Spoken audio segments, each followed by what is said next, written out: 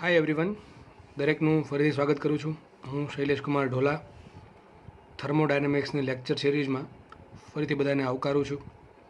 તો લાસ્ટ લેક્ચરમાં આપણે હીટ એન્જિન, રેફ્રિજરેટર એટલે કે ફ્રીજ અને હીટ પંપનો બેઝિક ખ્યાલ મેળવેલો.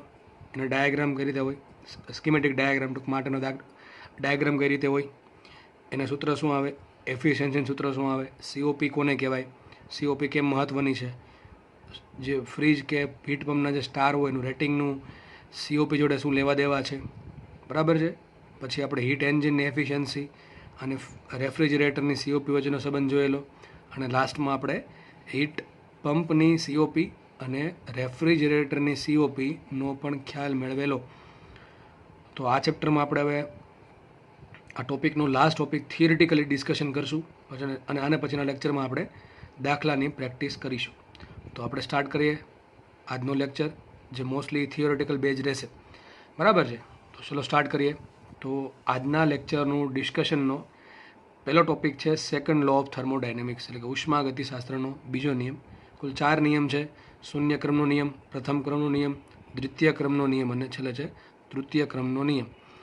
હવે જે સેકન્ડ નિયમ જે છે થર્મોડાયનેમિક્સનો, એ આપણે જે તમને સિલેબસમાં જે છે જી અને નીટના સિલેબસમાં એ બહુ ઉપરછલ્લી માહિતી આમાં આપેલી છે સિલેબસમાં. બાકી તો ઉષ્માગતિશાસ્ત્રનો બીજો નિયમ જે છે એ પોતે જ આમ તો ઘણા બધા ચેપ્ટરોનો સમૂહ છે, અને એમાં તમને માત્ર થોડીક ઉપરછલ્લી માહિતી આપેલી છે તમારા સિલેબસને અનુલક્ષીને, કે જેમાં એન્ટ્રોપીની વિભાવનાનો પણ સમાવેશ થાય છે. તો આપણે સ્ટાર્ટ કરીએ સેકન્ડ લો ઓફ થર્મોડાયનેમિક્સ. તો આ જે નિયમ છે એ નિયમ બે વિધાન સ્વરૂપે છે. એક છે કેલ્વિન પ્લાન્ક સ્ટેટમેન્ટ અને એક છે ક્લોસિયસ સ્ટેટમેન્ટ. તો બંને સ્ટેટમેન્ટ યાદ રાખવા જરૂરી છે, કારણ કે ઘણી વખત એ ખાલી સ્ટેટમેન્ટ એક્ઝામમાં ઓપ્શન તરીકે પૂછાયેલા છે કે નીચેનામાંથી કયું સ્ટેટમેન્ટ કેલ્વિન પ્લાન્કનું સાચું સ્ટેટમેન્ટ છે, બરાબર છે. તો હું પહેલાં ઉપર છેલ્લું તમને માહિતી આપી દઉં, પછી આપણે વિધાનને રીડ કરશું કે કેલ્વિન પ્લાન્ક શું કીધું હતું અને છેલ્લે ક્લોસિયસે શું કીધું હતું. ચલો તો વિચારો, કેલ્વિન પ્લાન્કે એવું કીધું હતું, હું તમને ખાલી ઔપચારિક રીતે કહું છું ઉપર છેલ્લું, કે માનો કે તમે ગાડી લીધી, બાઇક લઈ આવ્યા તમે. બાઇકમાં તમે પેટ્રોલ નાખ્યું એટલે પેટ્રોલનું દહન થશે, એટલે એન્જિનને ઉષ્મા મળશે Q1 ઉષ્માનો ઉપયોગ કરીને એન્જિન થોડુંક કાર્ય કરશે W, અને થોડીક ઉષ્મા ધુમાડા મારફતે વાતાવરણમાં જશે, અને બીજી બધી ઉષ્મા ફ્રિક્શન ને આ તે બધું ગણીએ આપણે, નથી ગણતા એને, બરાબર છે. ટૂંકમાં હીટ જે છે, કેટલી હીટ આપી આપણે, Q1 હીટ આપી હતી, અને એમાંથી થોડાક ભાગની ઉષ્માનું એણે કાર્યમાં રૂપાંતરણ કર્યું, બાકીની બધી હીટ જે છે એ એણે ઉષ્માનો વ્યય થયો.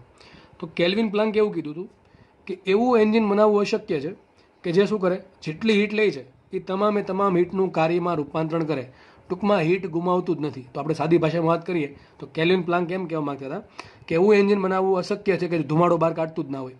ટૂંકમાં જેટલું પેટ્રોલ નાખો છો એ બધા જ પેટ્રોલની ઉષ્માનું કાર્યમાં રૂપાંતરણ થાય છે. ધારો કે 1 લિટર પેટ્રોલ નાખ્યું તો 1 લિટર પેટ્રોલને જે કેલરીફિક વેલ્યુ પ્રમાણે જેટલી ઉષ્મા મળે છે Q1, એ 1 લિટર પેટ્રોલના દહનથી જેટલી બી ઉષ્મા મળે છે એ માત્ર ને માત્ર ગાડીને આગળ ચલાવવામાં યુઝ થાય છે. ધુમાડામાં કોઈ હીટ જતી નથી, એન્જિન પણ પોતે ગરમ થતું નથી, ટૂંકમાં એન્જિન પણ પોતે કોઈ ઉષ્મા લેતું નથી, કે બીજી જગ્યાએ આડાવડી જગ્યાએ કંઈ ઉષ્માનો વ્યય થતો નથી. તો સાચી વાત જ છે, એવું એન્જિન પોસિબલ જ નથી કે જે ઉષ્માનો વ્યય કર્યા વગર તમામે તમામ ઉષ્માનું શું કરે, કાર્યમાં રૂપાંતરણ કરે. ટૂંકમાં આપણે દોરીએ તો યાદ રાખો, કેલ્વિન પ્લાન્કનું નિયમ લાગુ પડે હીટ એન્જિનને. આટલી વસ્તુ યાદ રહી ગઈ તો તમને આ સ્ટેટમેન્ટ કોઈ દિવસ ભૂલાશે નહીં. ચલો પહેલાં લખીએ કેલ્વિન પ્લાન્ક. તો કેલ્વિન પ્લાન્કનું જે સ્ટેટમેન્ટ જે છે કોને લાગુ પડશે, હીટ એન્જિનને. હીટ એન્જિનને કઈ રીતે લાગુ પડશે, કે કેલ્વિન પ્લાન્ક એવું કીધું હતું કે એવું હીટ એન્જિન બનાવવું ઇમ્પોસિબલ છે કે જે જેટલી ઉષ્મા એને મળે છે એ તમામે તમામનું કાર્યમાં રૂપાંતરણ કરે છે. એક્સેપ્શન ઓફ શું છે આમાં, એમાં શું છે એક્સેપ્શન, કે ભાઈ આ કોઈ પણ પ્રકારની હીટ જે છે એ બહાર વાતાવરણમાં કે બીજે કોઈ પણ જગ્યાએ ગુમાવતું નથી. તો વાંચીએ પહેલાં, એવું એન્જિન બનાવવું અશક્ય છે જે શોષેલી તમામ ઉષ્માનું કાર્યમાં રૂપાંતરણ કરે, એટલે કે વાતાવરણમાં ગુમાવેલ ઉષ્મા શૂન્ય હોય. માનો કે હીટ એન્જિનનો પેલા આપણે ડાયાગ્રામ દોરીએ, તમને બધાને આવડી જ ગયા હશે એવું માની લઈએ. તો કે એક તાપમાન છે, ઊંચું તાપમાનનું સોર્સ છે, તાપમાન T1 છે, એમાંથી સપોઝ કે Q1 હીટ મળી એન્જિને કાર્ય કર્યું W, અને કેટલું હીટ ગુમાવે છે Q2. ક્યાં ગુમાવે છે, નીચા તાપમાનના સિંકમાં. તો નીચા તાપમાન ધરાવતું સિંક, ધારો કે તાપમાન છે કેટલું એનું T2, કેટલું છે તાપમાન T2 છે, તો T2 તાપમાન ધરાવતા સિંકમાં એણે Q2 જેટલી હીટ ગુમાવે છે.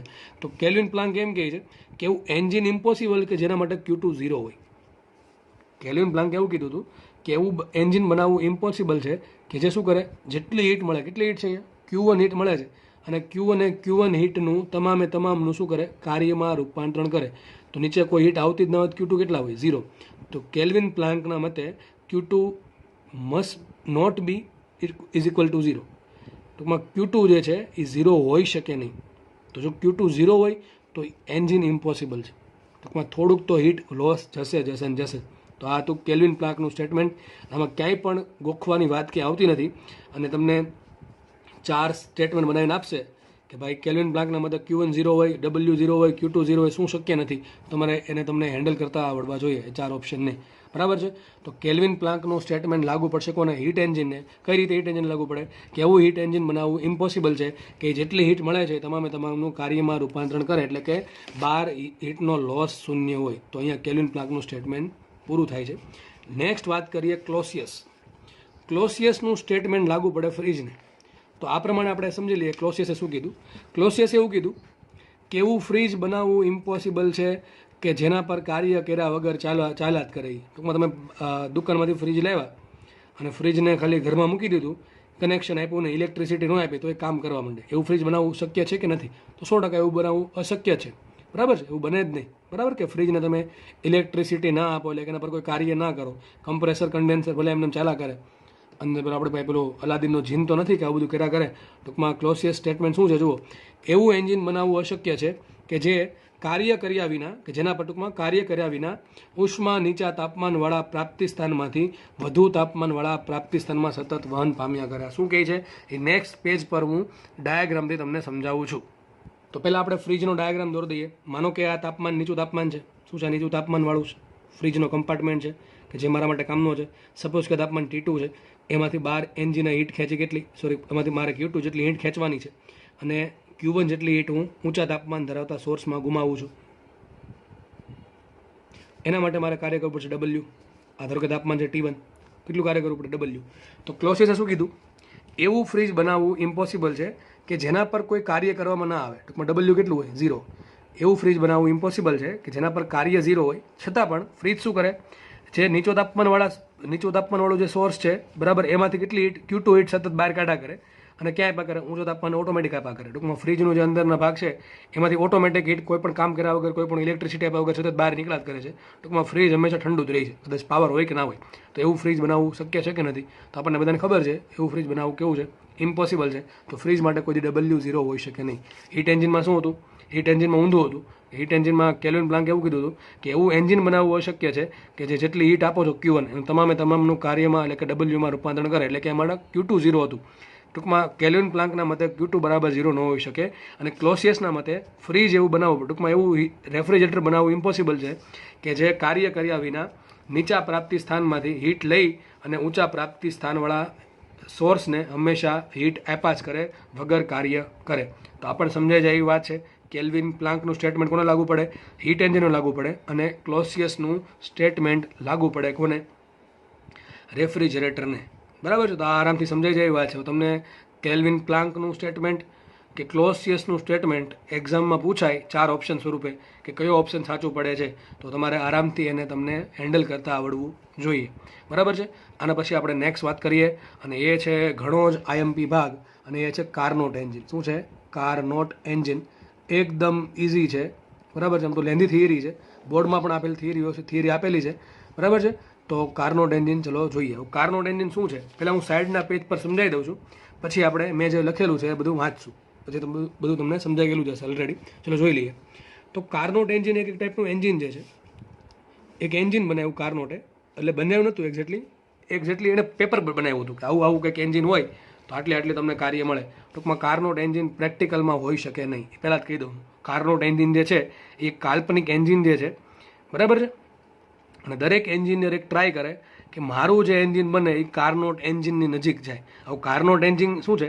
કાર્નોટ નામનો એક વૈજ્ઞાનિક હતો, એણે એક કાલ્પનિક રીતે કીધું કે જો એન્જિન આવી પ્રક્રિયાઓ પર કામ કરે તો મહત્તમ એફિશિયન્સી મળી શકે. તમને ખબર છે એફિશિયન્સી 100% હોઈ શકે નહીં, પણ દરેક વ્યક્તિ ટ્રાય શું કરે, જે એન્જિન બનાવે છે તો એઝ એન એન્જિનિયર ટ્રાય એ કરે કે મારા એન્જિન જે બને છે એની ક્ષમતા વધુ ને વધુ આવે. હું પહેલાં કહી દઉં છું, કાર્નોટે જે એન્જિન વિચારેલું મગજમાં પેપર પર, એ એન્જિનની ક્ષમતા સૌથી વધારે છે. તો યાદ રાખવું, વિશ્વના કોઈપણ એન્જિનની કાર્યક્ષમતા એટલે એફિશિયન્સી કાર્નોટ એન્જિનથી વધારે હોઈ શકે નહીં. તો એવું એન્જિન જે કાર્નોટે વિચારેલું, કાલ્પનિક રીતે વિચારેલું, કે જેની એફિશિયન્સી સૌથી વધારે છે. ચાલો આપણે એનો ડિસ્કશન કરીએ, એનો અભ્યાસ કરીએ. તો કાર્નોટે એક એન્જિન વિચારેલું કે એક ચક્રીય પ્રોસેસ પર કામ કરતું હતું. તો કાર્નોટ એન્જિન ચક્રીય પ્રક્રિયા પર કામ કરતું હતું. આ ચક્રીય પ્રક્રિયામાં 4 પ્રક્રિયા આવેલી હતી. કેટલી પ્રક્રિયા? 4 પ્રક્રિયા કઈ કઈ છે એટલે હું કહું છું. એ 4 પ્રક્રિયામાં 2 સમતાપી છે. સમજો વ્યવસ્થિત રીતે. આ પ્રશ્ન બધા તમારા એક એક શબ્દ જે બોલું છું એ દરેક એક પ્રશ્ન બને છે. તો કાર્નોટ એક ચક્રીય પ્રક્રિયા પર કામ કરતું એન્જિન છે. એ ચક્રીય પ્રક્રિયામાં કુલ 4 પ્રક્રિયા આવેલી છે. 4 પ્રક્રિયામાં 2 પ્રક્રિયા સમતાપી છે અને 2 પ્રક્રિયા સમોષ્મી છે. જો ભાઈ આ કાર્નોટની વાત છે એટલે આ તો તમારે યાદ રાખવી જ પડશે, બરાબર છે. કાર્નોટ ઘણા સમય પહેલાં થઈ ગયા અને એણે એન્જિન આપ્યું હતું, તો અમારે ડાયરેક્ટ તમને યાદ રખાવવું જ પડે. ટૂંકમાં આમાં કોઈ ગોખવાની વાત નથી, પણ આ યાદ સતત રાખવું જ પડે તમારે. તો 4 પ્રક્રિયા આવશે. 2 પ્રક્રિયા સમતાપી છે અને 2 પ્રક્રિયા સમોષ્મી છે. 2 પ્રક્રિયા સમતાપીમાં આ પ્રમાણે છે. એક છે સમતાપી પ્રક્રિયા કે જેમાં વાયુનું વિસ્તરણ થાય છે, તેને કહેશું આપણે સમતાપી વિસ્તરણ. એક પ્રક્રિયા સમતાપી છે, બીજી પ્રક્રિયા સમતાપી છે, એમાં વાયુનું સંકોચન થાય છે. ત્રીજી પ્રક્રિયા છે સમોષ્મી છે, જેમાં વાયુનું વિસ્તરણ થશે. અને ચોથી પ્રક્રિયા છે સમોષ્મી, જેમાં વાયુનું સંકોચન થશે. તો કાર્નોટ એન્જિન આ 4 પ્રોસેસ પર કામ કરે છે. આ તમારા માટે આઈએમપી સવાલ કે 4 પ્રક્રિયા કઈ કઈ છે? તો સમતાપી વિસ્તરણ, સમતાપી સંકોચન, સમોષ્મી વિસ્તરણ ને સમોષ્મી સંકોચન. બરાબર છે. તો કાર્નોટ એન્જિન આ 4 પ્રક્રિયા પર કામ કરે છે. સમતાપી વિસ્તરણમાં શું થાય એક્ઝેક્ટલી? વાયુનું તાપમાન કેવું રહેશે? અચળ, પણ એનું કદ વધશે. સમતાપી સંકોચનમાં શું થાય? વાયુનું તાપમાન કેવું રહેશે? કેમ વાયુની વાત આવે છે? અરે ભાઈ, એન્જિનમાં પદાર્થ કેવો હોય? ગેસિયસ ફોર્મમાં જ હોય. એમાં કંઈ તમે અંદર લાકડું નાખો અને લાકડું સળગે પેટ્રોલની જગ્યાએ, એવું તો હોય નહીં. એટલા માટે મોસ્ટલી કયો હશે? ગેસિયસ ફોર્મમાં જ હશે. ટૂંકમાં આપણે ગેસની વાત કરીશું, વાયુની. તો સમતાપી સંકોચનમાં શું થશે? વાયુનું તાપમાન અચળ રહેશે, પણ એ વાયુનું કદ ઘટશે. સમોષ્મી વિસ્તરણ, વાયુ ઉષ્મા મેળવશે નહીં, પણ એનું કદ વધશે. અને છેલ્લે છે સમોષ્મી સંકોચન કે જેમાં વાયુ ઉષ્મા મેળવશે નહીં, પણ એનું શું થશે? કદ ઘટશે. તો આપણે 4 પ્રોસેસને પીવી ડાયાગ્રામ પર બતાવવાની છે. તો આ સવાલ તમારા માટે આઈએમપી. કાર્નોટ પ્રક્રિયા કઈ પ્રોસેસની બનેલી હોય? સોરી, કાર્નોટ જે એન્જિન છે એ કઈ 4 પ્રોસેસ પર કામ કરે? તો આ 4 પ્રોસેસ તમારા માટે કામની. સમતાપી વિસ્તરણ, સંકોચન, સમોષ્મી વિસ્તરણ ને સંકોચન. ચલો આપણે ડ્રો કરીએ. પહેલાં ડ્રો કરીએ આપણે સમતાપી વિસ્તરણ. એ ડ્રો કરતાં પહેલાં તમને ખબર છે કે માનો કે આ પ્રમાણે દોરવી છે. 2 પ્રોસેસ દોરું. એક અહીંથી સ્ટાર્ટ થાય છે અને અહીંથી સ્ટાર્ટ થાય છે. એક છે 0 થી 1 અને એક છે 0 થી 2. આમાં કઈ પ્રોસેસ સમતાપી છે અને કઈ પ્રોસેસ સમોષ્મી છે? તમને ખબર છે સમોષ્મીનો ઢાળ વધારે હોય, એટલા માટે 0 થી 2 જે પ્રોસેસ થઈ ગઈ છે સમોષ્મી અને 0 થી 1 છે એ છે સમતાપી. આગળના લેક્ચરમાં ઘણું બધું ડિટેલમાં સમજાવેલું છે. તે કામ કરું, પહેલાં હું આછો પાતળો ડાયાગ્રામ દોરી દઉં છું. આ 2 સમતાપી પ્રક્રિયા દોરી મેં. સપોઝ કે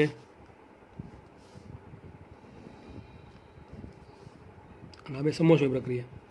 જો સમતાપી પ્રક્રિયા આ છે, આ સમતાપી પ્રક્રિયા છે, એના ઢાળ કરતાં સમોષ્મી પ્રક્રિયાનો ઢાળ કેવો છે? વધારે દેખાય છે. આ સીધી લાઈન છે, બરાબર? સીધી લાઈન આવશે અહીંયા. આપણે મેં એકદમ રફ ડાયાગ્રામ દોરું છું, એ સમજાવવાનું છે એટલા માટે. બાકી બીજા એક પેજમાં મેં સારો ડાયાગ્રામ દોરેલો છે. ચલો પહેલાં આના પર સમજી લઈએ આપણે. તો આ જે 2 પ્રોસેસ છે, આ 2 એ છે સમોષ્મી. આ જે પ્રોસેસ છે એ છે સમતાપી. હવે જુઓ, આ સમતાપી પ્રક્રિયા છે આટલી. હા આપી દઉં ABCD, AB, અહીંયા C અને અહીંયા D. તો 4 પ્રોસેસ કઈ થાય? A થી B, B થી C, C થી D અને D થી A. બરાબર? તો આ 4 પ્રોસેસ છે. ચલો સમજીએ. પહેલાં લઈએ સમતાપી વિસ્તરણ. તો સમતાપી અહીંયા છે. ધારો કે આ પ્રમાણે દોરું તો જુઓ અહીંયા કોનો આલેખ છે? P વિરુદ્ધ V નો. તો A થી B તરફ જતાં કદ વધે છે. કયું થાય? જો A થી B તરફ જતાં નીચે જો કદ વધે છે, તો આ શું બતાવશે? આ બતાવશે A થી B કઈ થશે પ્રોસેસ? તો A થી B થશે. A થી B પ્રક્રિયા કઈ થાય? સમતાપી વિસ્તરણ. શું થશે? સમતાપી વિસ્તરણ. પછી B થી C. તો B થી C કઈ પ્રક્રિયા છે? સમોષ્મી છે. કઈ છે? સમોષ્મી. એમાં પણ શું થાય? કદ વધે છે. તો લખાઈશું BC પ્રક્રિયા પણ શું છે? સમોષ્મી વિસ્તરણ પ્રક્રિયા. આગળ વાત કરીએ C થી D. તો C થી D જો પ્રોસેસ કઈ છે? સમતાપી. કયો વક્ર છે? સમતાપી વક્ર છે. એમાં તાપમાન અચળ રહે છે. તો C થી D પ્રક્રિયામાં શું થાય? જો C થી D પ્રક્રિયામાં કદ ઘટે છે અને પ્રક્રિયા કઈ છે? સમતાપી. તો લખાય C3D કઈ થશે? સમતાપી સંકોચન. શું છે તે?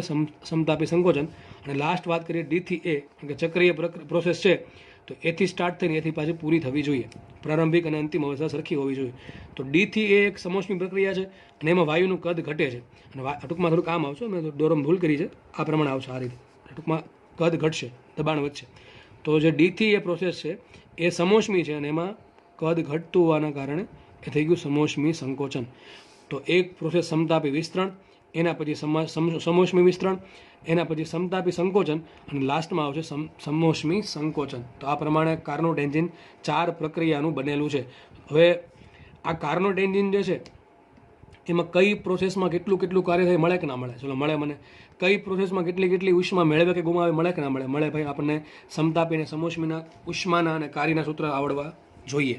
બીજી વાત કહી દઉં, આ જે ચક્રીય પ્રક્રિયા થઈ એના વડે કુલ નેટ ચોખ્ખું કાર્ય કેટલું થાય? તો કે આલેખ વડે ઘેરાતું ક્ષેત્રફળ. તો આ જે ABCD પ્રક્રિયા જે છે એમાં જે આલેખ ઘેરાય છે એ આલેખનું ક્ષેત્રફળ તમને શું આપે? થતું કાર્ય શું આપે? કુલ કેટલું કાર્ય થાય છે. હવે હું તમને અલગ અલગ બીજા પેજમાં તમને થોડુંક વ્યવસ્થિત સમજાવું છું. તો જુઓ, અલગ પેજમાં મેં એક PV ડાયાગ્રામ પર 4 પ્રોસેસને ફરીથી બતાવી દીધી. હવે A થી B છે કઈ? સમતાપી વિસ્તરણ. B થી C છે સમોષ્મી વિસ્તરણ. C થી D છે સમતાપી. આ જે લાઈન છે, 2 લાઈન બરાબર, બધા સમતાપી. અને આ જે લાઈન છે આખી, આ વક્રાકાર હશે આખું, અને અમુક ભાગ આપણે કટકો કરીને લીધો છે. તો જે C થી D છે સમતાપી સંકોચન અને D થી A છે સમોષ્મી વિસ્તરણ છે.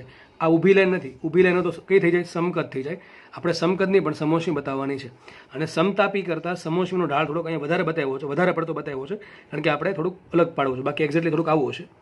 આ તમારી સમતાપી હોય તો આ તમારી સમોષ્મી છે. આ રીતે થોડોક એટલો બધો ડિફરન્સ નહીં હોય કે લાઈન આખી સીધી લાગે. તો મેં તમને થોડુંક ડિફરન્ટ પાડી શકો એટલા માટે મેં તમને થોડીક ઊભી લાઈન બતાવી છે. બાકી એક્ઝેક્ટલી આવી હશે કે સમતાપી પ્રક્રિયા આ પ્રમાણે હશે અને સમોષ્મી હશે આ રીતે. બરાબર, તમને ખબર છે. તો આ થઈ ગઈ સમતાપી, આટલી સમતાપી હશે, આ સમોષ્મી છે. અમુક ભાગ અહીંયા બતાવેલો છે. આ લાઈન એટલી બધી ઊભી હશે નહીં, પહેલાં કહી દઉં તમને. આ તો તમને થોડુંક ડિફરન્ટ લાગે એટલા માટે મેં આ પ્રમાણે બતાવેલું છે. ચલો વાત કરીએ આપણે A થી B પ્રક્રિયાની. હવે મારે 4 બિંદુ પર તાપમાન દબાણને કદ લખવાના છે. માનો કે જ્યાંથી સ્ટાર્ટ કર્યું A બિંદુ પર, A બિંદુ પર દબાણ P1 છે, સમજો. કદ V1 છે, તાપમાન T1 છે, સમજો. પહેલાં A બિંદુ પર સ્ટાર્ટ કર્યું, દબાણ P1, કદ V1, તાપમાન T1. A થી B જાઉં છું, પહેલાં તો શું થશે? સમતાપી વિસ્તરણ. શું થાય છે? સમતાપી વિસ્તરણ. તો વાયુનું દબાણ ઘટશે કે વધશે? અરે ભાઈ, વાયુનું દબાણ ઘટે છે, દેખાય છે, ઘટે છે. અને બીજી વાત, વાયુનું કદ વધશે પણ વાયુનું તાપમાન વધશે ઘટશે? અરે સમતાપી પ્રક્રિયા છે, સમતાપી પ્રક્રિયામાં તાપમાન ઘટે નહીં. તો B પાસે દબાણ કેટલું હશે? સપોઝ કે છે P2. B પાસે કદ કેટલું હશે? V2. પરંતુ B પાસે તાપમાન T1 જ હશે, કેમ કે આ એક સમતાપી પ્રક્રિયા છે. સમતાપી પ્રક્રિયામાં તાપમાન કેવું રહે? અચળ. તો B પાસે શું આવશે? P2, V2 ને T1. A પાસે શું આવશે? P1, V1, T1. ચલો, એ પ્રોસેસ કઈ છે? A થી B. A થી B પ્રક્રિયા કઈ છે? સમતાપી પ્રક્રિયા. શું અચળ હોય? તાપમાન અચળ હોય. તાપમાન અચળ લખાઈશું PV બરાબર અચળ. શું લખાય? PV બરાબર અચળ લખાઈશું તો P પ્રપોર્શનલ ટુ 1/V. શું થાય છેલ્લે સાબિત? P proportional two 1/V. મતલબ કે P1 V1 નો ગુણાકાર અહીંયા જેટલો હશે એટલો જ ગુણાકાર P2 V2 નો અહીંયા હશે. બરાબર છે. અને જો તમે દેખાય છે અહીંયા દબાણ ઘટે છે એમ કદ વધે છે, કારણ કે સંબંધ કયો છે? રેસિપ્રોકલ, એટલે કે વ્યસ્તનો સંબંધ છે. તો અહીંયા પહેલી પ્રોસેસ આપણે પૂરી કરી. કઈ? A થી B. લખાઈશું અહીંયા P1 V1 બરાબર P2 V2 અને T1 બરાબર T2, એટલે કે T1 બરાબર T1 જ લખ્યું છે. બરાબર. તો આ પ્રોસેસ અહીંયા પૂરી થાય છે. ચલો આમાં એક વાત કરું બીજી હજી. સમતાપી પ્રક્રિયા માટે ડેલ્ટા ઇન્ટરનલ કેટલું હોય? હવે હું બધું લખીશ ને બોલીને સમજાવું, કારણ કે જૂની વાત ફરતી રિપીટ કરવાનો કોઈ મતલબ નથી. તો સમતાપી પ્રક્રિયા માટે તાપમાન કેવું હોય? અચળ. તાપમાન અચળ તો આંતરિક ઉર્જા અચળ. અને જો આંતરિક ઉર્જા અચળ હોય તો આંતરિક ઉર્જાનો ફેરફાર કેટલો આવે? 0. તો શું થશે અહીંયા? Q બરાબર W. શું સાબિત થાય? સમતાપી પ્રક્રિયા માટે બધું કીધેલું જ છે ઓલરેડી. શું સાબિત થાય? સમતાપી પ્રક્રિયા માટે Q બરાબર W. હવે જુઓ તમે, અહીંયા વાયુનું કદ વધે છે કે ઘટે છે? કદ વધે છે. વાયુનું કદ વધે તો વાયુ આપમેળે કાર્ય કરશે. અને જો વાયુ આપમેળે કાર્ય કરતો હોય તો વાયુનું કાર્ય કેવું લેવાનું? ધન. જો કાર્ય ધન હશે તો ઉષ્મા પણ ધન હશે. ઉષ્મા ધન ક્યારે હોય? બે કેમ સરખા થયા? કારણ કે સમતાપી પ્રક્રિયામાં ડેલ્ટા ઇન્ટરનલ કેવું હોય? 0. એટલે માટે ઉષ્માગતિ ક્ષેત્રનો પહેલો નિયમ વાપરેલો છે, તો Q બરાબર W આવશે. તો વાયુ માટે કાર્ય ધન છે, તો ઉષ્માનો વિનિમય પણ કેવો થશે? ધન થશે. તો વાયુ અહીંયા ઉષ્મા મેળવશે કે ગુમાવશે? વાયુ ઉષ્મા મેળવે છે. સપોઝ કે વાયુને 12 થી Q1 જેટલી ઉષ્મા મળે છે. કેટલી મળે છે? Q1 જેટલી. અને વાયુ પોતે કાર્ય કેટલું કરે છે? W1 જેટલું. કેટલું કાર્ય કરે છે? W1 જેટલું વાયુ કાર્ય કરે છે. તો આપણે આ પહેલી પ્રોસેસ સમજી લીધી, બરાબર. નેક્સ્ટ વાત કરીએ B થી C પ્રોસેસની. જુઓ, B થી C પ્રોસેસ કઈ છે? B થી C પ્રોસેસ છે સમોષ્મી પ્રક્રિયા. કઈ છે? સમોષ્મી પ્રક્રિયા. અને એમાં જો કદ વધે છે ઘટે છે, તો B થી C તરફ જતા કદ થોડુંક વધારો થયો છે, બરાબર છે. તો કદ વધે છે, કદ વધે છે, તો એ શું આવશે? તાપમાન અચળ છે કે બદલાશે? અરે ભાઈ તાપમાન તો બદલાય, કારણ કે પ્રક્રિયા કઈ છે? સમોષ્મી છે. તો શું આવશે અહીંયા? દબાણ થઈ ગયું P3, કદ થઈ ગયું V3, અને તાપમાન સપોઝ થઈ ગયું T2. કેટલું થઈ ગયું? અહીં તાપમાન T1 હતું, અહીંયા પણ T1 હતું, અહીંયા કેટલું થઈ ગયું? T2. બરાબર. ચલો લખાઈ દઉં સમીકરણ. તો આમાં શું હોય? સમોષ્મી પ્રક્રિયામાં ઉષ્માનો વિનિમય ડેલ્ટા Q અથવા Q બરાબર શું હોય? 0. અને ઉષ્મા ગતિશાસ્ત્રના પહેલા નિયમ અનુસાર સાબિત શું થાય? જો Q બરાબર 0 હોય તો સાબિત થશે W બરાબર માઇનસ ડેલ્ટા E ઇન્ટરનલ. શું સાબિત થાય? Minus delta E internal. હવે જુઓ, આ પ્રક્રિયામાં તો કદ વધે છે. કદ વધતું હોય તો વાયુ કાર્ય કરશે, અને કાર્ય કેવું હોય? ધન. જો કાર્ય ધન હશે તો લખાઈશું ડેલ્ટા E ઇન્ટરનલ બરાબર માઇનસ W. શું લખાય બીજું? ડેલ્ટા E ઇન્ટરનલ બરાબર, આ માઇનસ આ બાજુ લઈ ગયો તો માઇનસ W. કાર્ય ધન છે, ધન ગુણ્યા ઋણ, તો ડેલ્ટા E ઇન્ટરનલ કેવું આવશે? ઋણ આવશે. ટૂંકમાં જો સમોષ્મી પ્રક્રિયામાં વિસ્તરણ થાય તો વાયુનું કાર્ય કદ વધશે, કદ વધશે તો કાર્ય ધન, અને જો કાર્ય ધન હશે તો આંતરિક ઉર્જાનો ફેરફાર ઋણ આવશે, આંતરિક ઉર્જા ઘટશે, અને જો આંતરિક ઉર્જા ઘટતી તો તાપમાન ઘટશે. ટૂંકમાં T1 થી સમોષ્મી વિસ્તરણ થતાં તાપમાન થશે T2, અને દેખાય છે T1 કરતાં T2 કેવું હશે? નાનું. સંબંધ શું આવે એમાં? તો 3 સંબંધ આવે. તો કયો? PV રેસ ટુ ગેમા બરાબર અચળ. પછી બીજું કયો? T into V raise to gamma minus 1 બરાબર અચળ. અને ત્રીજું કયું? P raise to 1 minus gamma T raise to gamma is equal two અચળ. આ બધા તમને યાદ હોવા જોઈએ. તો આ થઈ ગઈ સમોષ્મી પ્રક્રિયા. આમાં ઉષ્મા કેટલી મળશે? અરે ભાઈ ઉષ્મા મળે જ નહીં. કેમ કે સમોષ્મી પ્રક્રિયા છે. તમે Q કેટલા હશે? 0. તો અહીં Q હશે 0. ટૂંકમાં જે વાયુ જે સિસ્ટમ જે છે એ ઉષ્મા ગુમાવશે પણ નહીં, ઉષ્મા મેળવશે પણ નહીં. આ કાર્ય થશે. આ ભાઈ કાર્ય થશે, કારણ કે વાયુ માટે જો કદનું વિસ્તરણ થાય છે એટલે કાર્ય કરશે. ધારો કે W2 કેટલું કાર્ય કર્યું? W2 કાર્ય કર્યું. તો જે B થી C પ્રોસેસ થઈ એમાં ઉષ્માનો વિનિમય 0 છે, પણ કાર્ય W2 થાય છે. નેક્સ્ટ વાત કરીએ C થી D પ્રક્રિયા. તો બેઠે બેઠી A થી B જેવું જ બધું આવશે, પણ આમાં શું થાય? આમાં સમતાપી સંકોચન. શું છે આ? સમતાપી સંકોચન. તો અહીં કદ કેટલું હતું? અહીં દબાણ હતું P3, કદ હતું V3, તાપમાન હતું T3. ચલો આપણે કામ કરીએ, પેલા D પોઈન્ટ પર લખી નાખીએ ત્રણેય વસ્તુ. અહીંયા શું થાય છે? સંકોચન થાય છે. અને કયું સંકોચન થાય છે? સમતાપી સંકોચન. તો શું રહે? તાપમાન કેવું રહે? તાપમાન રહે અચળ. તો લખાઈશું PV બરાબર અચળ. શું લખાય અહીંયા? PV બરાબર અચળ. અહીંયા શું લખાશે એક્ઝેક્ટલી? અહીં લખાશે, સોરી પહેલાં ફરીથી વાત કરતો B થી C ની એક વસ્તુ કહેવાની રહી ગઈ. અહીં શું લખાશે? P2 V2 raise to gamma બરાબર P3 V3 raise to gamma. શું લખાય? P2 V2 raise to gamma is equal two P3 V3 raise to gamma. અથવા આમ લખી શકો તમે T1 into V2 raise to gamma minus 1 બરાબર T2 into V3 raise to gamma minus 1, કારણ કે સમોષ્મી પ્રક્રિયા છે. આ તો બધાને ખબર પડતી હશે. તો વાત કરીએ C થી D પ્રક્રિયાની, તો આ સમતાપી સંકોચન છે, એટલા માટે શું લખાય? T બરાબર અચળ અને PV બરાબર અચળ. તો લખાય શું છે? P proportional two 1/V. શું લખાશે? P proportional two 1/V. બરાબર. તો આમાં શું થાય? કદ ઘટે છે તો દબાણ વધે. શું થાય? જો કદ ઘટે છે, C થી D તરફ જાઓ છો, કદ ઘટે છે પણ દબાણ વધે છે. સમજ પડી ગઈ? ચલો, તો આ પ્રક્રિયા શું છે? સમતાપી સંકોચન છે. તો દબાણ વધે છે. ધારો કે દબાણ પહેલાં હતું P3, હવે થઈ જશે દબાણ P4, અને કદ ઘટીને થઈ ગયું V3 માંથી V4. તાપમાન તો સમતાપી પ્રક્રિયાઓથી કેવું રહે? અચળ. તો જુઓ, જે તમારું એન્જિન જે છે, તો આખી પ્રોસેસ માટે તાપમાન T1 છે, આ આખી પ્રોસેસ માટે તાપમાન T2 છે, અને T1 તાપમાન T2 કરતાં કેવું છે? વધારે છે. કારણ કે જેમ નીચે આવશે, મેં તમને સમજાવેલું છે અહીંયા સમોષ્મી વિસ્તરણ થયું એટલા માટે અહીંયા શું થાય? તાપમાન ઘટશે, કારણ કે આંતરિક ઉર્જા ઋણ આવે છે. તો અહીંયા તાપમાન ઘટે છે. ટૂંકમાં T1 તાપમાન મોટું છે અને T2 તાપમાન નાનું છે. સાબિત એવું થયું કે કાર્નોટ એન્જિન છે એ બે તાપમાન વચ્ચે કાર્ય કરે. એક તો T1 તાપમાન અને બીજું છે T2 તાપમાન. T1 તાપમાન મોટું હશે અને T2 તાપમાન નાનું હશે. ચલો આગળ વાત કરીએ. અહીંયા શું લખાશે? તાપમાન કેવું રહે છે? અચળ. તાપમાન અચળ હોવાથી આંતરિક ઉર્જાનો ફેરફાર 0 થાય, તો સાબિત થશે Q બરાબર W. જેમ ઉપર સાબિત થયું તેમ શું નીચે સાબિત થાય? Q બરાબર W. હવે Q બરાબર W હોય, અને બીજી વાત, અહીંયા વાયુ સંકોચન પામે છે તો વાયુનું કદ ઘટે છે. વાયુનું કદ ઘટે છે તો કાર્ય કેવું થાય? ઋણ. અને જો કાર્ય ઋણ થાય તો વાયુ પર કાર્ય બહારથી કરવું પડે. આ બે પ્રક્રિયામાં કદ વધતું હતું તો વાયુ કાર્ય કરતો હતો.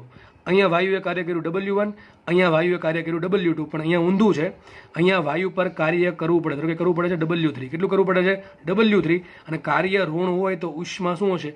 ઋણ હશે. અને ઋણ ઉષ્મા શું બતાવે? વાયુ ઉષ્મા મેળવતો નથી, પણ શું કરે? વાયુ ઉષ્મા ગુમાવે છે. તો અહીંયા વાયુ ધારો કે ઉષ્મા ગુમાવે છે Q2. કેટલી ઉષ્મા ગુમાવે છે? Q2. તો જો અહીંયા જુઓ, આજે A થી B સમતાપી વિસ્તરણમાં શું થયું? વાયુએ કાર્ય કર્યું W1 અને વાયુએ ઉષ્મા મેળવી Q1. કાર્ય ધન, ઉષ્મા ધન. અહીંયા ઊંધું છે, અહીંયા સમતાપી વિસ્તરણ છે, સોરી સંકોચન છે, એટલે કાર્ય ઋણ આવશે. તો અહીંયા વાયુ પર કાર્ય કરવું પડશે W3 અને વાયુ પોતે ઉષ્મા ગુમાવશે કેટલી? Q2. લાસ્ટ વાત કરી દઉં D થી A પ્રક્રિયાની, બરાબર. અને સમીકરણ શું બને? અહીંયા સમીકરણ બનશે P3V3 બરાબર P4V4. અને લાસ્ટ વાત કરીએ લાસ્ટ પ્રોસેસની D થી A. તો D થી A જે પ્રોસેસ છે એ કઈ છે? સમોષ્મી સંકોચન. શું છે? સમોષ્મી સંકોચન. હવે સમોષ્મી પ્રક્રિયામાં Q કેટલા હોય? 0. Q 0 હોય તો સાબિત શું થાય? W બરાબર -ΔE ઇન્ટરનલ. હવે જુઓ અહીંયા સમોષ્મી વિસ્તરણ સંકોચન છે. સંકોચન હશે તો કદ કેવું થશે? ઘટશે. કદ ઘટે તો કાર્ય કેવું આવે? ઋણ. અને કાર્ય ઋણ છે તો આંતરિક ઉર્જા કેવી આવશે? સૂત્ર શું આવે આંતરિક ઉર્જાનું? ΔE ઇન્ટરનલ બરાબર -W. કાર્ય પોતે ઋણ છે અને આગળનું માઇનસ ભેગા થઈને શું બતાવશે? ΔE ઇન્ટરનલ શું આવશે? પોઝિટિવ આવશે. કેવા આવશે? ધન આવશે. તો D થી A જે પ્રોસેસ થઈ એમાં કાર્ય કેવું છે? ઋણ. હવે કાર્ય ઋણ શું બતાવે? વાયુ પર કાર્ય કરવું પડે. કેટલું કાર્ય કરવું પડશે? W. વાયુને કેટલી ઉષ્મા મળશે? 0. કેમ 0 મળશે? ઉષ્મા મળતી નથી, કારણ કે સમોષ્મી પ્રક્રિયા છે.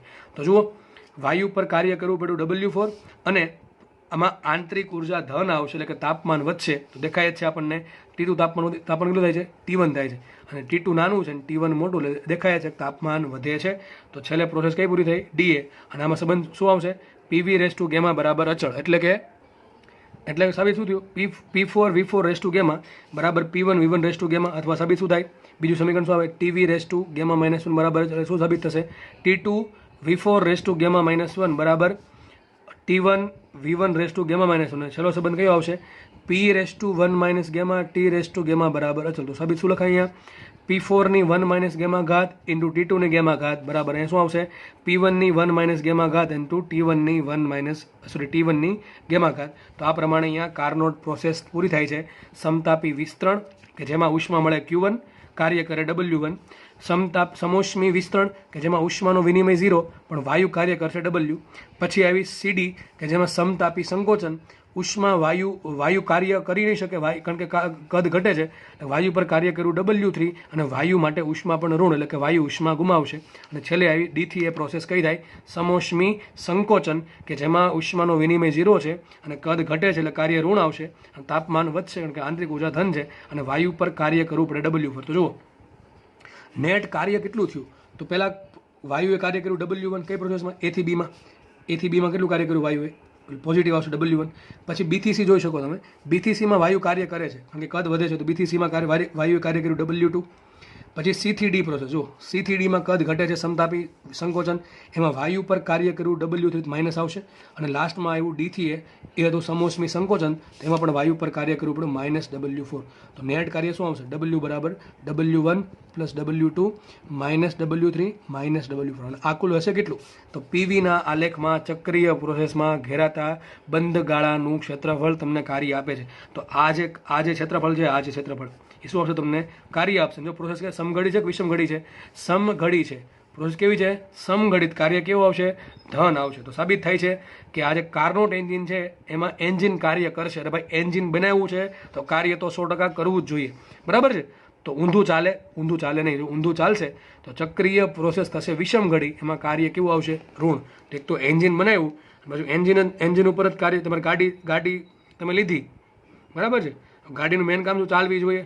ધક્કો મારવો પડે તો એ તો કંઈ ગાડીનું કંઈ કામ નથી ને, એના જેવું થયું. ટૂંકમાં ગાડી છે એટલે ટૂંકમાં એન્જિન છે, તો એન્જિન તો 100% કાર્ય કરવું જ પડે, કાર્ય મને આપવું જોઈએ. તો હવે વાત કરીએ ઉષ્માની. તો કુલ ઉષ્મા આવી કેટલી? જો એક તો અહીંયા Q1 ઉષ્મા આવે છે, અહીંયા 0 ઉષ્મા આવે છે, અહીંયા Q2 ઉષ્મા ગુમાવે છે અને 0 ઉષ્મા બહાર ગઈ છે. એટલે આ બે સમોષ્મી પ્રક્રિયામાં ઉષ્માનો વિનિમય થશે નહીં. તો નેટ કેટલી ઉષ્મા મળી વાયુને? Q1 minus Q2. કેટલી મળી? Q1 minus Q2. હવે હું અહીંયા સાબિત નથી કરતો, કારણ કે સાબિતીમાં કંઈ છે નહીં ખાસ. 4 પ્રક્રિયાને તમારે મેં કેમ કીધું? P1V1 બરાબર P2V2. પછી અહીં કીધું તું P2V2 રેસ ટુ ગેમા બરાબર P3V3 રેસ ટુ ગેમા. અહીંયા સાબિત થશે P3V3 બરાબર P4V4 અને લાસ્ટમાં સાબિત થશે P4V4 raise to gamma is equal two P1V1 raise to gamma. એના પરથી તમારે શું કરવાનું, Q1નું સમીકરણ લખવાનું, Q2નું સમીકરણ લખવાનું, W1 W2 W3 W4 આ 6 સમીકરણ લખો, W શોધો, Q શોધો. નેટ આવશે એફિશિયન્સી. શું છેલ્લે આવશે? એફિશિયન્સી. ક્ષમતા શું હોય? તો ક્ષમતા કોને કહેવાય? મેં શું આપ્યું એટલે એ થઈ ગયું મારા માટે ઇનપુટ, અને મને શું મળે છે? મળે છે શું? કાર્ય, એટલે આઉટપુટ. તો એફિશિયન્સી શું હોય? Output by input. શું હોય? Output by input. આઉટપુટ શું મળે છે? કાર્ય. મેં શું આપ્યું છે? ઉષ્મા. કેટલી ઉષ્મા આપી? Q1 - Q2. કેટલી આપી છે મેં? Q1 - Q2. એક્ઝેક્ટલી મેં આપી છે Q1, પણ મને પાછી મળી જાય છે કેટલી? Q2. તો મેં આપી કેટલી? નેટ કેટલી કહેવાય? Q1 - Q2. તો યાદ રાખો એફિશિયન્સીનું સૂત્ર શું આવે? W ના છેદમાં Q1 - Q2. હવે W કેટલા મૂકવાનું? આ રીતે તમને W1 શોધો, W2 શોધો, W3 શોધો, W4 શોધો. આમાં કિંમત મોકલે W મળશે, અને અહીંયા Q1 શોધો અને Q2 શોધો. Q1 મળે કે ન મળે? અરે ભાઈ મેં શું કીધું? Q બરાબર W. તો આપણે આ બધું ગણેલું જ છે આગળ. સમતાપી પ્રક્રિયામાં, સમોષી પ્રક્રિયામાં આપણને કાર્ય કેમ શોધવું તો આપણને આવડવું જોઈએ. અને તો Q1 Q2 શોધો. આ 6 વસ્તુ શોધી W ની કિંમત મૂકો અને Q1 - Q2 ની કિંમત મૂકો, તો છેલ્લે તમને શું મળશે? તમને છેલ્લે મળશે આ રીતે સમીકરણ આવું બનશે. એફિશિયન્સી બરાબર 1 માઇનસ શું છેલ્લે આવશે? સોરી, આપણે આગળ લખીએ. એફિશિયન્સી શું આવશે? એફિશિયન્સી બરાબર હોય શું હોય? W છેદમાં Q1. W ને રાખીએ શું લખાય? Q1 - Q2 છેદમાં, અહીં 1 મિનિટ ભૂલ હતી, ભૂલ પડી ગઈ થોડી, અહીં છેલ્લે ભૂલ હતી. અહીંયા શું હતું? W, અહીંયા શું આવશે? W જગ્યાએ W1 + W2 - W3 - W4 બરાબર આ પ્રમાણે આવશે. તો આપણે આગળ ભણેલા છીએ કે, અને ભૂલ અહીંયા હતી, આ જે Q છે એ Q જગ્યાએ શું આવશે? Q1 આવશે, કારણ કે મેં હીટ કેટલી આપી છે? Q1. આ જે હીટ છે એ કોને મળશે? મને નહીં મળે, કારણ કે આ વાતાવરણમાં જશે. ક્યાં જશે? વાતાવરણમાં જશે. ટૂંકમાં આ હીટ મળશે નહીં. તો ભૂલ અહીંયા હતી. એફિશિયન્સી શું આવશે? મારું આઉટપુટ શું છે? આઉટપુટ કાર્ય કરે છે. ઇનપુટ શું છે? Q1 છે. Q1 - Q2 ઇનપુટ નહીં આવે, કારણ કે ઇનપુટમાં શું મળે? Q1. અને Q2 હીટ મને હકીકત પાછી આ ઓલા જેવું થયું કે ધુમાડો જે મળે છે ધુમાડોનો તમે યુઝ કરો. આ થાય છે અત્યારે જે લેટેસ્ટ ટેકનોલોજી આવી છે એમાં ધુમાડામાં જે હીટ જાય છે એ હીટ વપરાય છે, અને એને કહેવાય ટર્બો ચાર્જર. તમે સાંભળ્યું છે ટર્બો ચાર્જર, કે આ એન્જિન છે એ ટર્બો છે. તો ટર્બો એન્જિન શું કરે? કે ધુમાડામાં જે હીટ જતી હોય એ હીટનો રીયુઝ કરી, જે હીટનું તમને ખબર સાયલેન્સર બહુ ગરમ થઈ જાય, તો જે સાયલેન્સર ગરમ થાય છે એ ટૂંકમાં જે ધુમાડો નીકળે છે બરાબર છે, એ જે હીટ નીકળે છે એનો યુઝ કરે છે, અને એ હીટનો યુઝ કરીને પાછું થોડોક પાવર એન્જિનમાં જાય છે. તો એને કહેવાય ટર્બો ચાર્જ એન્જિન અથવા સુપર ચાર્જ એન્જિન.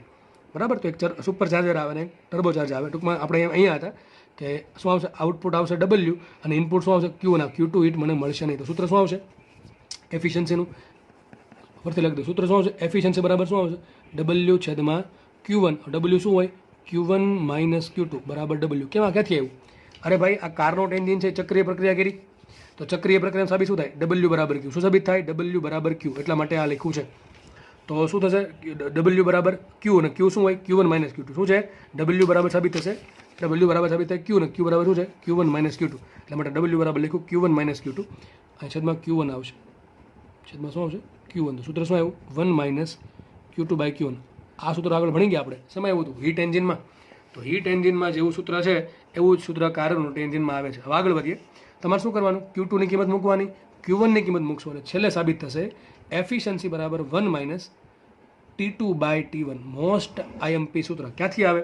તો મેં તમને કીધું 4 માટે તમારે W1 W2 W3 W4 અથવા Q1 અને Q2 શોધી નાખો. તો Q2 ની કિંમત મૂકો, Q1 ની કિંમત મૂકો, બરાબર. બંનેની કિંમત મૂકશો તો તમને છેલ્લે સૂત્ર આવશે આ રીતે.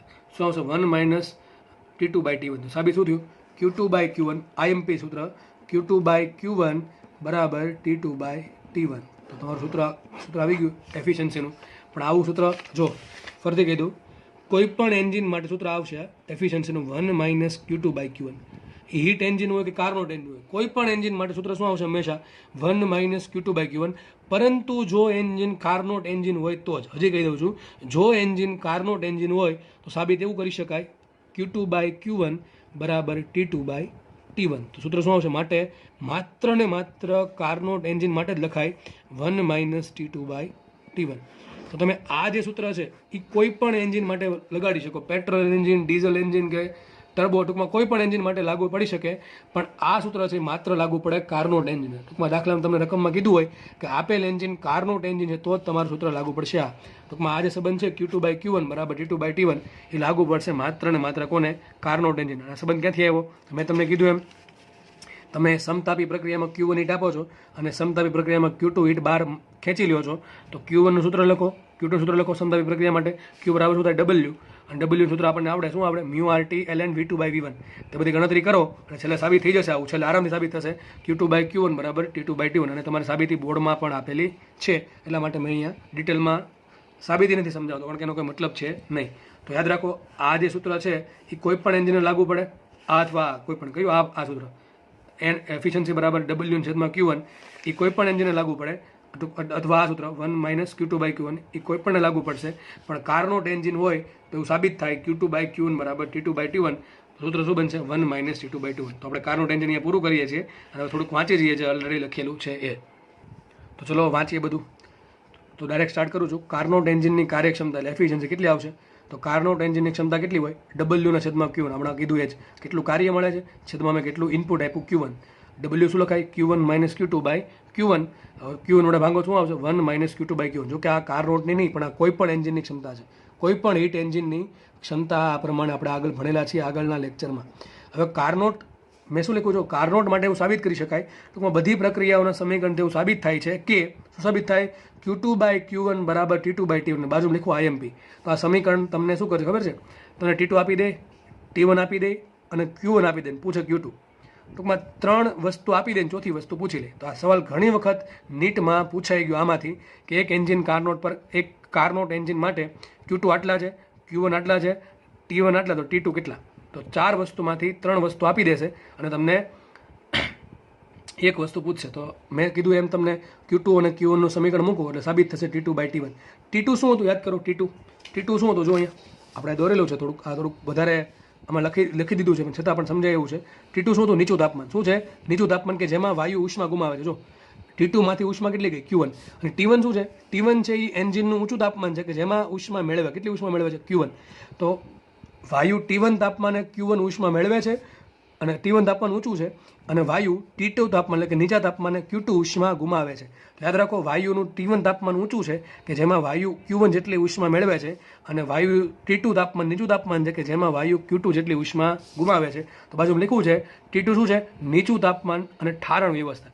ઠારણ વ્યવસ્થા ક્યાં આવી હતી? આપણે યાદ કરો, પહેલાં હીટ એન્જિનમાં આવી હતી. ઠારણ વ્યવસ્થામાં ઉષ્મા ગુમાવે છે, ટૂંકમાં વાતાવરણ થઈ ગયું. ટૂંકમાં ઘણી વખત T2 શું હોય? વાતાવરણનું તાપમાન હોય. જો વાયુ જે એન્જિન જે છે એ વાતાવરણમાં ઉષ્મા ગુમાવતું હોય તો. અને T1 શું છે? ઊંચું તાપમાન એટલે કે સ્ત્રોત વ્યવસ્થા. બરાબર છે. તો T2 છે ઠારણ વ્યવસ્થાનું તાપમાન છે નીચું, અને T1 છે જ્યાંથી ઉષ્મા મેળવે છે, એટલે કે પેટ્રોલ ડીઝલ જે કમ્બશન થાય ત્યારે જે તાપમાન મળે એ છે દહન થાય ત્યારે મળે T1. તો ઊંચું તાપમાન T1 છે. તો સૂત્ર યાદ રાખવું, Q2/Q1 બરાબર T2/T1. અથવા યાદ રાખી શકો Q proportional to T. તો Q2/Q1 બરાબર T2/T1. T2 છે નીચું તાપમાન, T1 છે ઊંચું તાપમાન. તો આપણે જોયું હતું કોઈ પણ એન્જિન માટે સૂત્ર શું આવે એફિશિયન્સીનું? 1 - Q2/Q1. શું આવશે? 1 - Q2/Q1.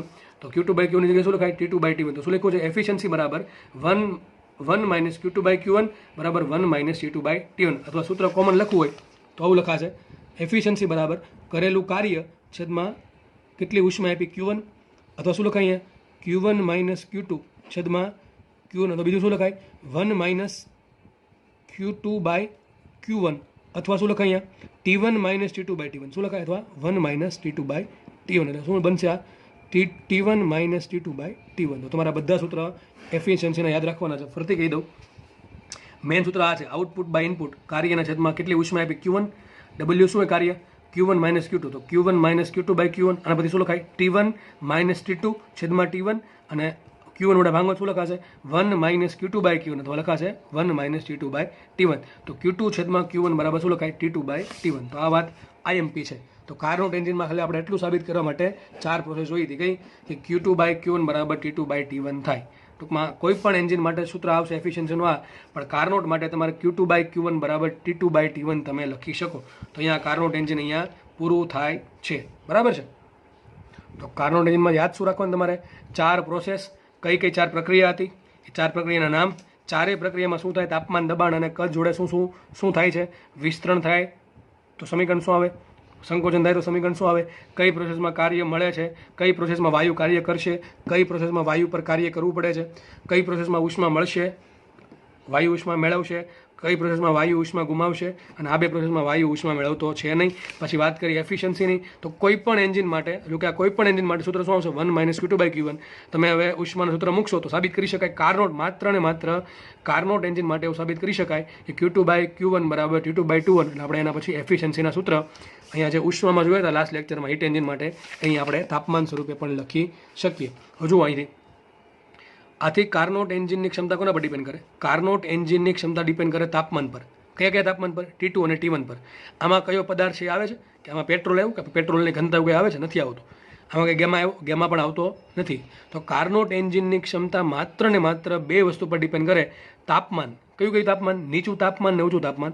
ઠારણ વ્યવસ્થાનું તાપમાન કે જેમાં વાયુ ઉષ્મા ગુમાવે છે T2 પર, અને ઊંચું તાપમાન સ્ત્રોતનું તાપમાન કે જેમાંથી ઉષ્મા મેળવે છે એ તાપમાન T1 પર માત્ર આધારિત રાખે છે. તે કાર્યકારી પદાર્થ પર, કાર્યકારી પદાર્થ કોને કહેવાય? પેટ્રોલ, ડીઝલ, કેરોસીન કે કોઈ પણ પદાર્થ પર આધારિત નથી. તો કાર્નોટ એન્જિનની ક્ષમતા માત્ર ને માત્ર ડિપેન્ડ કરે કોના પર? તાપમાન પર. તો આ સવાલ પૂછાય છે નીટમાં, બરાબર છે, કે એક કાર્નોટ એન્જિન છે, બે કાર્નોટ એન્જિન છે, બેના તાપમાન સરખા, T1 T2 સરખા છે. એકમાં તમે કેરોસીન લીધું ને એકમાં તમે લીધું પેટ્રોલ, તો બેની ક્ષમતા કેવી હોય? સરખી જ હોય. કારણ કે કાર્નોટ એન્જિનની ક્ષમતા ડિપેન્ડ કરે તાપમાન પર. હા, તો જો તાપમાન બેના અલગ અલગ હોય, એક પેટ્રોલ એન્જિન છે ને કેરોસીન એન્જિન છે, બેના T1 T2 અલગ અલગ હોય, તો ક્ષમતા અલગ અલગ આવશે. પણ બેના તાપમાન જો સરખા હોય તો કોના પર ડિપેન્ડ કરશે? માત્ર ને માત્ર તાપમાન પર. તો યાદ રાખો, લેટી બોય MP છે.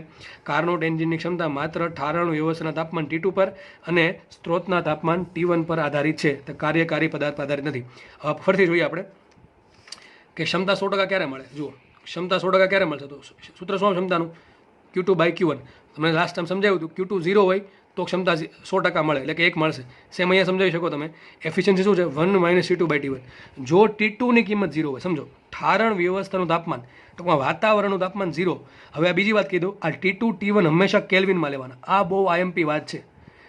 મોટા ભાગના વિદ્યાર્થીના માર્ક્સ અહીંયા જાય છે. તમને દાખલામાં આવું કહેશે, એક કાર્નોટ એન્જિન જે છે એ કામ કરે છે 27 ડિગ્રી પર ને 57 ડિગ્રી પર. હવે અહીંયા 27 મૂકે, અહીંયા 57 મૂકે, દાખલો સીધો ખોટો. પેલા ભાઈ 27 ને ફેરવવા પડે કેલ્વિનમાં. કેમ ફેરવવા પડે? Q1 Q2 સૂત્ર શું આવશે? μRT ln V2/V2. યાદ છે ને? કાર્ય શું થાય? μRT. હવે μRT માં R આવે તો તાપમાન શેમાં લેવું પડે? કેલ્વિનમાં. એટલા માટે T2 T1 શેમાં છે? કેલ્વિનમાં છે. શેમાં છે? કેલ્વિનમાં. હવે મારે વિચારો, એફિશિયન્સી 1 કરવી છે. કેટલી કરવી છે? 1. તો 1 માંથી જે બાદ થાય છે T2/T1 એ 0 કરી દઉં તો એફિશિયન્સી 1 થાય, એટલે કે 100% થાય. તો હવે બાદ 0 ક્યારે થાય? T2 0 હોય તો. હવે T2 શેમાં છે? કેલ્વિનમાં. તો જ્યારે T2 એટલે કે વાતાવરણ કે જેમાં ઉષ્મા ગુમાવે છે એનું તાપમાન 0 કેલ્વિન જો થઈ જાય તો કાર્નોટ એન્જિનની ક્ષમતા 100% એટલે અથવા 1 આવે. હવે વિચારો, 0 કેલ્વિન મેળવવું તો ઇમ્પોસિબલ છે. 0 કેલ્વિન તાપમાન મળી શકે નહીં. તો યાદ રાખો, કાર્નોટ એન્જિનની ક્ષમતા કોઈ દિવસ 100% થઈ શકે નહીં. હા, એની ક્ષમતા ધીમે ધીમે વધી શકે, 100%ની નજીક જઈ શકે, પણ કોઈ દિવસ 100% ઇમ્પોસિબલ છે. બરાબર છે? કોઈ દિવસ થઈ શકે નહીં. અને બીજી વાત છે, T1 તમે ઇન્ફિનિટી કરી દો. T1 કેટલું કરો? ઇન્ફિનિટી. ચલો આપણે કામ કરીએ. T2 0 કેલ્વિન નથી કરવું, આપણે T1 ઇન્ફિનિટી કરી દો. ટૂંકમાં તાપમાન જે છે અંદરનું તાપમાન, એન્જિનની અંદરનું તાપમાન ઇન્ફિનિટી છે. અરે ભાઈ, એન્જિન ચલાવવું કેવી રીતે? અંદર તાપમાન ઇન્ફિનિટી કઈ રીતે કરવું? તો કોઈ પણ વસ્તુ પોસિબલ નથી. T2 0 પોસિબલ નથી અને T1 ઇન્ફિનિટી પોસિબલ નથી. એટલા માટે કાર્નોટ એન્જિનની ક્ષમતા કોઈ દિવસ 100% આવી શકે નહીં. તો શું લખવું છે? જો એફિશિયન્સી 100% માટે T2 બરાબર 0 હોવું જોઈએ અને T1 બરાબર ઇન્ફિનિટી હોવું જોઈએ, જે શક્ય નથી. તો કાર્નોટ એન્જિનની ક્ષમતા 100% હોય નહીં અથવા 1 હોય નહીં. તો વધારવી હોય શું કરવું પડે? યાદ રાખો, વધારવી હોય તો તમારે T2 ઘટાડવું પડે અને T1 વધારવું પડે.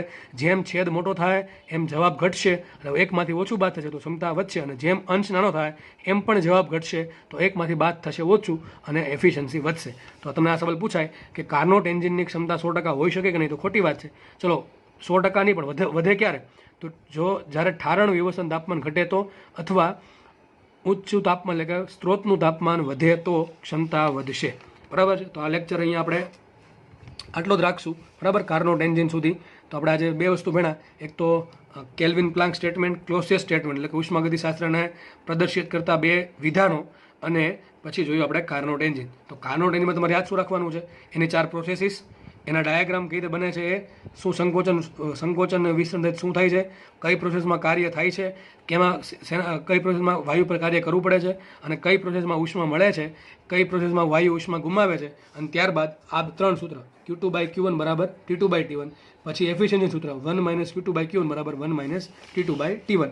અને એફિશિયન્સી કોના પર ડિપેન્ડ કરે? તાપમાન પર ડિપેન્ડ કરે, કાર્યકારી પદાર્થ પર ડિપેન્ડ કરે નહીં. અને છેલ્લે જોયું આપણે કે 100% એફિશિયન્સી હોઈ શકે નહીં. એફિશિયન્સી વધારવી હોય તો તમારે T2 ઘટાડવું પડે, T1 વધારવું પડે.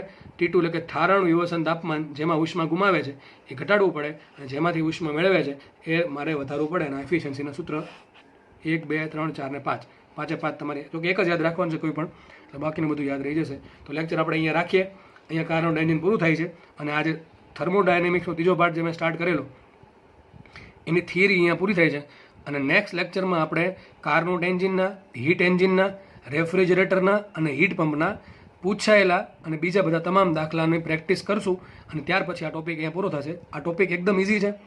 જેમ બને એમ તમે પેલા ડાયાગ્રામ જે છે હીટ પંપ, રેફ્રિજરેટર અને હીટ એન્જિન અને કાર્નોટ એન્જિનના સૂત્ર એની પ્રેક્ટિસ કરવી, વારે વારે વાંચવા અને દોરશો, લખશો તો આરામથી આમાં રોકડા માર્ક્સ આવશે. અને થર્મોડાયનેમિક્સમાં આ જે ભાગ છે એ સૌથી ઇઝી ભાગ છે, કારણ કે આમાં વધારે કાંઈ આવતું જ નથી. અને ડેફિનેટલી આમાંથી દર વર્ષે પ્રશ્ન પૂછાય છે. તો આ ભાગ સૌથી ઇઝી છે અને આમાંથી રોકડા માર્ક્સ મળે છે, તો જવા દેવા જોઈએ નહીં. બીજા ભાગમાં તમારે બધી મહેનત કરવી પડશે, પણ આમાં એટલી બધી મહેનત કરવી પડશે નહીં. તો થોડીક મહેનતે આમાં વધારે માર્ક્સ મળે એવું છે તો આમાં મહેનત કરી લેવી જોઈએ.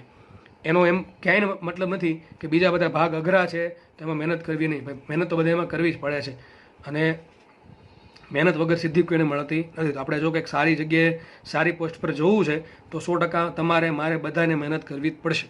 બરાબર છે? ચલો આપણે તો અહીંયા એ વિચાર સાથે, સારા વિચાર સાથે અહીંયા લેક્ચર પૂરો કરીએ છીએ. અને લેક્ચરને તમારા મિત્રો જોડે જે લોકો 12 સાયન્સમાં કે 11 સાયન્સમાં છે એમને જરૂરથી શેર કરવો. અને લેક્ચર પસંદ પડે તો લાઇક બટન દબાવી દેવું. અને અહીં આપણે લેક્ચર પૂરો કરીએ. લેક્ચર જોવા બદલ બધાનો ખૂબ ખૂબ આભાર. અને નવા લેક્ચરમાં મુલાકાત કરીએ.